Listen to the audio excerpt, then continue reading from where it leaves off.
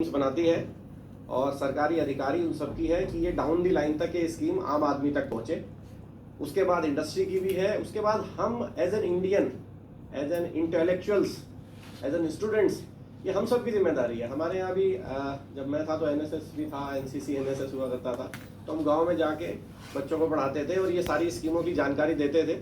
तो ये soul responsibility industry की नहीं, सब लोगों की है, आपकी भी रेस्पॉन्सिबिलिटी है। उन स्कीम्स के बारे में पढ़ें और सब लोगों को बताएं।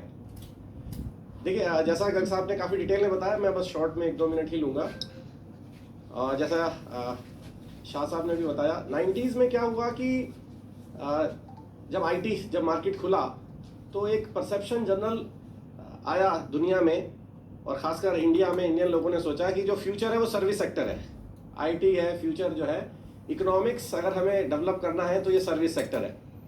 लेकिन 2000 तक आते आते ये परसेप्शन चेंज हुआ और चाइना ने प्रूव किया कि जो स्टेबल इकोनॉमी चाहिए वो मैन्युफैक्चरिंग से ही आएगी। और चाइना ने पूरे वर्ल्ड में ये एग्जांपल सेट करके दिखाया। धीरे धीरे दुनिया का परसेप्शन भी चेंज हुआ और आज हम सबसे ज़्यादा मैन्युफैक्चरिंग पे फोकस कर रहे हैं, सरकार फोकस कर रही है। देखिए, जो एमएसएमई है, खासकर मैं बात करूं जो स्मॉल इंडस्ट्रीज और माइक्रो इंडस्ट्रीज है, हम लोग R&D अफोर्ड नहीं कर सकते।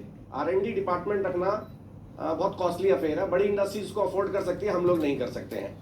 तो नेशनल डिजाइन सेंटर या आईआईटी के डिजाइन सेंटर या किसी भी इंस्टीट्यूट के डिजाइन सेंटर बहुत बड़ा रोल इसमें प्ले कर सकते हैं।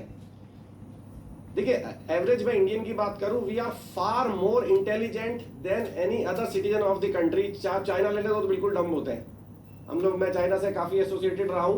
अगर मैं उसको बोलूं ये गुलाब 20 रुपए का है और मुझे 50 चाहिए, तो उसको कैलकुलेटर चाहिए उसको कैलकुलेट करने के लिए। हमारे यहाँ जो लेबर भी काम करता है वो भी इंटेलिजेंट है, उसको लेबर लॉज भी मालूम है। मैनेजर ज्यादा प्रेशर कहेगा, साहब फ्रेश होने जा रहा हूँ, उसे मालूम है ये नेचुरल कॉल है, रोक नहीं सकता मैं, उसमें टाइम लिमिट नहीं कि 10 मिनट लगेगा, 1 घंटा लगेगा। वो दिमाग कहीं और लगा रहा है।